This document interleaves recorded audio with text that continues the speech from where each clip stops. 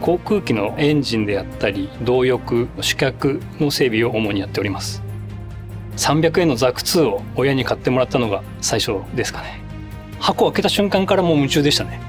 最初に取扱説明書を見てちゃんと部品が揃ってるか確認するんですけど、これって整備の世界でも全く一緒で、この辺がつながってるのかなと思います。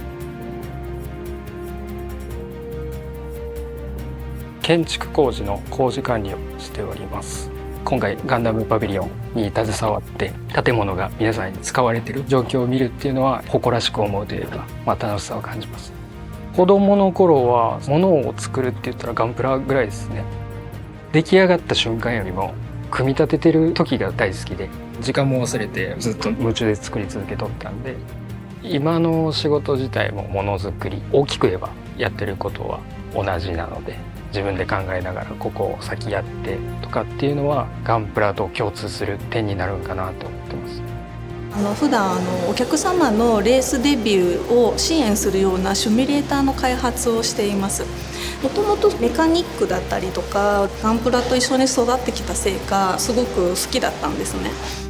自分がやりたい動きとかポーズになるのかみたいなのを考えながらその機構部を作るのがすごく楽しくて、人間の可動域に基づくモビルスーツの稼働の動き方っていうのが物理に基づくものになってたりとかするところとか、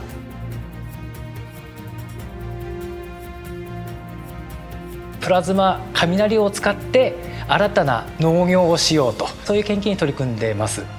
ガンダムのビームサーベルってありますよね。あれを現代科学で実現するとしたらプラズマだろうと。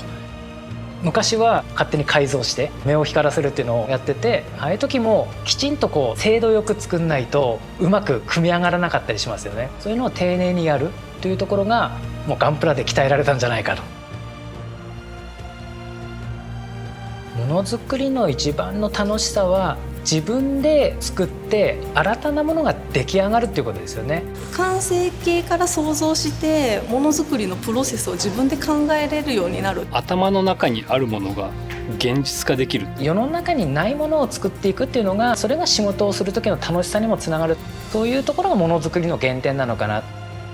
どでかいというか、誰もやったことないような建築物の工事に携われたらなと。メカを操る楽しさだったり、それを通じた移動の需要っていうのはもっともっと世の中に伝えていきたいなと。月面で使えるプラズマ装置をこれから実用化して、それで作った農作物を食べるというところまで生きてるうちにできたらいいなと。宇宙関係に仕事が発展していけたら面白いかなと。